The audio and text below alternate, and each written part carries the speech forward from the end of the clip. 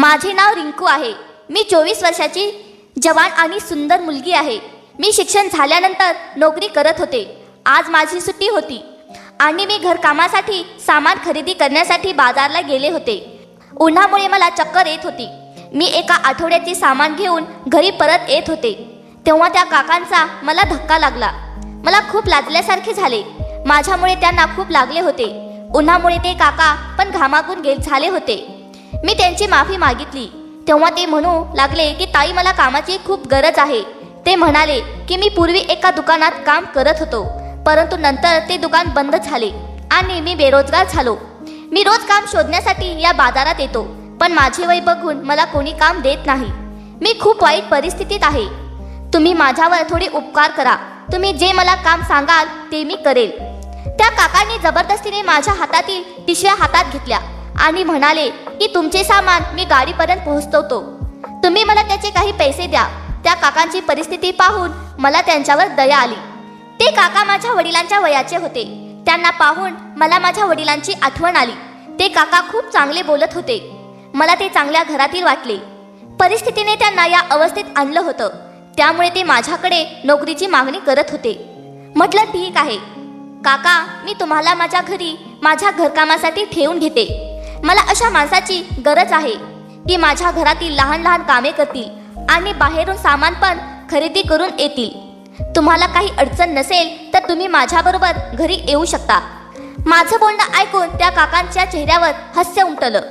मी काकांना त्यांच्या घराचा पत्ता विचारला तर ते म्हटले की मी दुसऱ्या शहरांमध्ये राहतो आणि या ठिकाणी काम करण्यासाठी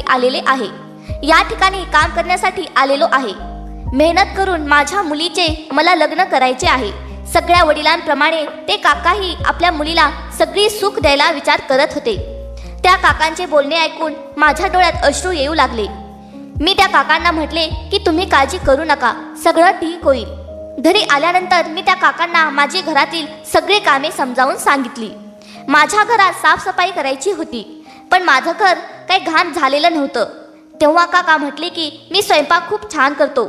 मी काकांना सांगितलं की मी एक नोकरी करणारी स्त्री आहे, तरी मला हे घरी लक्ष देणे जमत नाही, त्यामुळे तुम्ही सगळी घरची जबाबदारी सांभाळा। तुम्हाला चांगला पगार देईल। माझ्याजवळ काही पैशांची कमतरता नाही। नोकरी करायची आणि घरी येऊन काम करायची, त्यामुळे मी खूप थकून जात असे।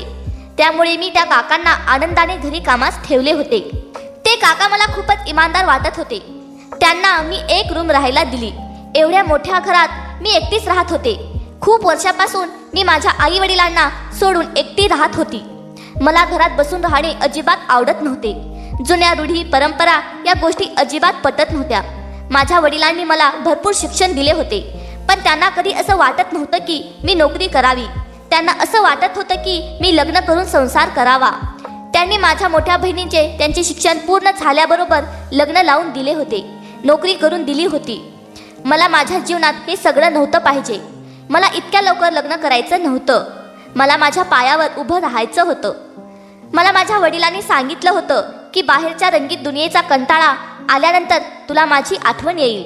मला आता त्यांनी सांगितलेले सगळे खरे वाटत होते। मला रोज आई वडिलांची खूप आठवण येत होती। माझ्या आई वडिलांनी आम्हाला खूप चांगलं जपलं होतं। मी घरात काही काम करत नव्हते। आई वडिलांशी भांडण करून मी घर सोडून निघून आले होते। इकडे मला सगळी कामे करायला लागत होती। तेव्हा मला कळले की आई वडिलांनी मला व माझ्या बहिणींना या रंगीत दुनियेत का लांब ठेवलं होतं। माझ्या डिग्रीच्या जोरावर मला चांगली नोकरी मिळाली होती, त्यामुळे मला वाटत होते की मी घर सोडून खूप चांगला निर्णय घेतला आहे। माझे वडील नेहमी म्हणायचे की मुलींनी नोकरी केली तरी शेवटी लग्न करायचं असतं। मला वाटत होतं की मला माझ्या पायावर उभी राहायला पाहिजे। कधीतरी मी कामावर एवढी थकून यायची की न जेवताच झोपून जायचे। या काकांना कामाला ठेवल्यामुळे मी आता घरच्या कामांमधून निश्चित झाली होते, कारण या काकांनी 2 दिवसांमध्येच घरातील सगळी जबाबदारी स्वीकारली होती। काका पूर्ण इमानदारीने घरामधील सगळी काम करत होते। मी या काकांना फक्त साफसफाईसाठी ठेवले होते, तरी पण त्यांनी जेवण करण्याची जबाबदारीही घेतली होती। हे बाबा जेवण खूप छान बनवत होते, त्यामुळे मी बाहेरचे जेवण बंद केले होते आणि घरी जेवण करू लागले। रात्रीचे जेवण केले की मला लगेच झोप लागत होती आणि सकाळ झाल्यानंतरच माझे डोळे उघडायचे। काकांना माझ्याकडे येण्याच्या अगोदर मला झोपेचा खूप त्रास होत होता। मला रात्रभर झोप येतच नव्हती। थकून गेल्यामुळे माझं सगळं अंग दुखत होतं. पण काका आल्यानंतर मला खूप छान आराम मिळायला लागलं आणि मला झोपही छान मिळायला लागली. काकांना कामावर ठेवून 15 दिवस झाले होते. सगळं व्यवस्थित चाललेलं होतं. एक दिवस मला ऑफिसमध्ये खूप काम होतं, त्यामुळे मी न जेवता काम करत राहिले. थोड्या वेळाने काका माझ्याकडे आले. तेव्हा मी काकांना विचारले, काय झालं एवढ्या रात्री तुम्ही माझ्याकडे? काका म्हटले की मला वाटत होतं तुझी तब्येत बरोबर नाही, म्हणून मी तुला पाहण्यासाठी इकडे आलो. कारण तुमच्या रूममधील लाईट चालू होती, त्यामुळे मला काळजी वाटत होती. तेव्हा मी काकांना सांगितलं की मी बिलकुल ठीक आहे, माझं काम चालू आहे, तुम्ही जाऊन झोपा. तेव्हा काका निघून गेले. माझे काम आटोपल्यानंतर मी विचार करू लागले की काका एवढ्या रात्री का जागे होते, कारण ते तर माझ्या अगोदर उठलेले असतात. रोज मी सकाळी उठलेली असते तेव्हा घरामध्ये सगळी साफसफाई, नाश्त्याच्या तयारीला लागलेलं असायचं. असा विचार करून मी नंतर झोपी गेले. मी ऑफिसला गेल्यानंतर त्या काकांचेच माझे मनामध्ये खूप विचार येत होते. मी या काकांना अजिबात समजू शकले नव्हते, पण मी काकांवर एवढा विश्वास ठेवला होता की आपल्या घरामध्ये त्यांना जागा दिली होती. मला ऑफिसमध्ये खूप कठीण परिस्थितीला सामोरे जावे लागत होते आणि अशा वेळेस मला काकांचा रात्री माझ्या रूममध्ये का आले असतील या विचारांनी मनात काहूर माजले होते. तसे काका खूप चांगले बोलत होते आणि खूप मन लावून काम करायचे, त्यामुळे मला त्यांच्याकडून काही अडचण नसायची. पण कालच्या त्यांच्या व्यवहाराने मला थोडं शंकेमध्ये टाकले होते. संध्याकाळी जेव्हा मी ऑफिसवरून घरी आले तेव्हा काकांनी माझ्यासाठी खूप छान चहा बनवून आणला. तेव्हा मी काकांना विचारलं की तुमच्या घरचे सगळे कसे आहेत आणि तुमच्या मुलीचे लग्न कधी आहे. तेव्हा काकांनी सांगितलं की माझे घरचे सगळे गावाला राहतात आणि मी शहरात नोकरी करत आहे. मी वर्षातून एकदाच गावाला जातो. त्यांच्या मुलीच्या लग्नाला 6 महिने बाकी आहेत आणि काकांना तिच्या लग्नाची सगळी तयारी करायची आहे. त्यासाठी पैशांची खूप आवश्यकता आहे. तेव्हा मी म्हटलं की तुम्ही काळजी करू नका, माझ्याने जेवढे होईल तेवढी मी तुम्हाला मदत करेन. ते खूप खुश झाले आणि निघून गेले. मी विचार केला की एक दिवस आपण या काकांच्या इमानदारीची परीक्षा घ्यायला पाहिजे. मी त्या रात्री जेवण केलं नाही आणि आजारी असल्याने सोंग करून मी डोळे बंद करून तशीच पडून राहिले आणि नंतर विचार करू लागले की आपण उगीच या काकावरती संशय घेतला आहे. थोड्याच वेळात ते काका घरात आले. मी घरचा दरवाजा लॉक करून झोपण्याच्या तयारीत होते. तोच त्या काकांनी त्यांच्याकडे असलेल्या दुसऱ्या चावीच्या साहाय्याने दरवाजा उघडून आतमध्ये प्रवेश केला. मी खूप घाबरले. एवढ्या रात्री हे काका माझ्या रूममध्ये कशासाठी आले होते? मला झोपलेले पाहून ते काका बाहेर निघून गेले. तेव्हा माझ्या जीवात जीव आला. पण त्याच वेळेस माझ्या पायाखालची जमीन सरकली, कारण काकांच्या पाठीमागे माझ्या ओळखीचं कुणीतरी घरामध्ये आलेलं मला जाणवले. विचार केला नव्हता की तो दुसरा माणूस माझ्या घरी अर्ध्या रात्री येऊ शकतो. तो दुसरा माणूस माझ्या बेडवर आला. तो दुसरा माणूस माझ्या बेडजवळ आला, माझ्या शेजारी बसला आणि माझ्या शरीराकडे पाहत होता. मी घाबरूनच उठून बसले. मी उठून बसलेले बघून तो दुसरा माणूस थांबला. मी सगळं ताबडतोब उठून घरातील सगळे लाईट चालू केले आणि ओरडायला लागले. तेवढ्यात काका पळतच आले. मी पुढे जाऊन त्या दुसऱ्या माणसाची कॉलर पकडली आणि म्हटले की एवढ्या रात्री तू माझ्या घरी काय करतोस? कारण मी चांगल्या प्रकारे जाणून होते की हा माणूस माझ्या रूममध्ये का आलेला आहे. जेव्हा मी घर सोडून कामासाठी बाहेर गावी आले तेव्हा मी हे जाणून होते की बाहेर चांगल्या लोकांबरोबर अशी वाईट लोकही असतात. कारण ज्या वेळेस आपल्या डोक्यावरती आपल्या आई वडिलांची किंवा भावाचा हात नसतो तेव्हा अशी लोक त्रास देतात. माझी नोकरी तर चांगली होती, पण माझ्या कंपनीमध्ये जो बॉस होता तो माझ्यासाठी खूप अडचणी निर्माण करत होता. मी जवान असून खूप सुंदर होते, त्यामुळे हीच गोष्ट माझ्यासाठी अडचणीची होती. बॉसची घाण नजर प्रत्येक वेळेस माझ्यावरती असायची. तो बॉस माझ्यासाठी खूप दिवाना झाला होता. कंपनीमध्ये बॉस वेगवेगळी काम सांगून मला केबिनमध्ये बोलून घ्यायचा आणि माझ्याजवळ यायचा. मी त्याच्यापासून जेवढा लांब राहायचा प्रयत्न करायची तेवढाच मला तो त्रास द्यायचा. जेव्हा मी त्याच्या कॅबिनमध्ये जात नव्हते तेव्हा तो स्वतः माझ्याजवळ यायचा आणि मला घाणेरडे बोलायचा की मी शर्मीने पाणी पाणी व्हायची. एक दिवस तो मला म्हटला की तो मला प्रमोशन देईल, पण तू माझी मागणी पूर्ण केली पाहिजे. मला चांगल्या प्रकारे माहीत होतं की त्याची मागणी काय असणार आहे. त्याच्यामुळे मी त्याच्या एका जोरात थोबाडीत मारली.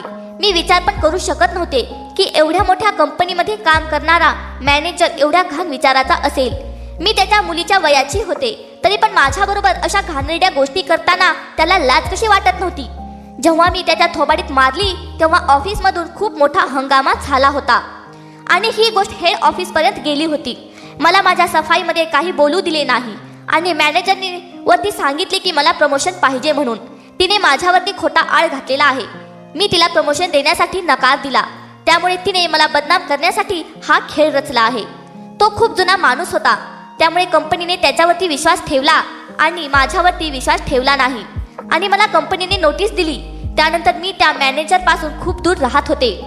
काही काम असेल तरीही मी त्याच्या कॅबिनमध्ये जात नव्हती. शिपायांकडून माझं काम करून घेत होते. मी खूप वर्ष त्याला दुर्लक्ष करत होते.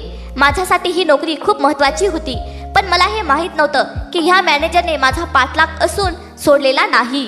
तो मॅनेजर त्याच्या बेइज्जतीचा बदला घेण्यासाठी अर्ध्या रात्रीला माझ्या घरामध्ये आला होता. अर्ध्या रात्रीला मॅनेजरला माझ्या घरी पाहून माझा जीव यायला झाला होता. मी जेव्हा त्या मॅनेजरची कॉलर पकडली तेव्हा तो मला म्हणाला की ज्याप्रमाणे तू माझ्या थोबाडीत मारून कंपनीमध्ये माझी इज्जत घालवली, त्यामुळे मी आता त्याचा बदला घेणार आहे. मी घरामध्ये एकटीच राहते हे मॅनेजरला माहीत होतं. त्यामुळे मॅनेजरने जाणून बुजून त्याच्या नोकराला माझ्या रस्त्यामध्ये पाठवलं आणि माझ्या घरी काम करण्यास भाग पाडलं. ते काका दुसरा कोणी नसून त्या मॅनेजरचा नोकर होता आणि त्या मॅनेजरच्या सांगण्यावरून तो माझ्या घरी कामाला रुजू झाला होता. त्या काकांनी माझ्या सगळ्या गोष्टी त्या मॅनेजरला सांगितल्या. त्यामुळे तो मॅनेजर सहज माझ्या खोलीपर्यंत येऊ शकला. तो मॅनेजर मला ब्लॅकमेल करून जीवनभर त्रास देऊ इच्छित होता. पण मॅनेजरची सगळी हकीकत माझ्यासमोर उघडीस आली होती. त्याशिवाय मॅनेजर 50 वर्षाचा असून तो 5 मुलांचा बाप होता. तरी पण तो मला बर्बाद करू इच्छित होता, कारण माझ्या डोक्यावर वडिलांचा हात नव्हता. म्हणून आज मला माझ्या वडिलांच्या बोलण्याची खात्री पटली. माझे वडील म्हणत होते की मुलगी घराच्या 4 भिंतीमध्ये सुरक्षित असते. मी काकांकडे रागाने पाहिले आणि म्हटले, तुम्ही तर माझ्या वडिलांसारखे होतो. तुम्हाला मी माझ्या घरी घेऊन आले. तुम्हाला तुमच्या मुलीच्या लग्नामध्ये मी मदत करण्याचा मान्य केलं, तरी पण तुम्ही माझ्याशी असं का वागलात? माझ्याबरोबर एवढा मोठा धोका केला. त्या काकांनी शर्मीने मान खाली घातली आणि म्हटले की माझ्या मालकाच्या आज्ञेचे पालन करत होतो, कारण मॅनेजरने त्यांना आश्वासन दिले होते की जर त्या काकांनी त्यांचे काम केले तर त्यांच्या मुलीचे लग्न करून देतील, कारण त्या काकांना आपल्या मुलीचे लग्न चांगल्या पद्धतीने करायचे होते. पण त्यांना आता या गोष्टीचा खूप पश्चाताप झाला होता, कारण आपल्या मुलीच्या सुखासाठी आपण दुसऱ्या मुलीचे आयुष्य खराब करत होतो. मॅनेजरने माझे कुठलेही फोटो काढले नव्हते. त्यामुळे मी लगेच पोलिसांना फोन केला आणि मॅनेजरला पोलिसांच्या स्वाधीन केले. त्या काकांनी माझी माफी मागितली होती, कारण त्यांना त्यांच्या वागणुकीचा खूप पश्चाताप झाला होता. मॅनेजरच्या अटकेची बातमी कंपनीमध्ये पोहोचली. तेव्हा कंपनीने त्यांना कामावरून कमी केले. मी काकांना माझ्याच घरी कामावरती ठेवलं. मला खूप माझ्या आई वडिलांना भेटण्याची खूप इच्छा झाली होती. मला आता हे समजलं होतं की मी चुकीचे होते आणि माझे आई वडील किती बरोबर होते. तेव्हा मला माझ्या आई वडिलांच्या सांगितलेल्या गोष्टी वाटायच्या किती चुकीच्या वाटायच्या. या घटनेनंतर मी माझ्या आई वडिलांकडे गेली.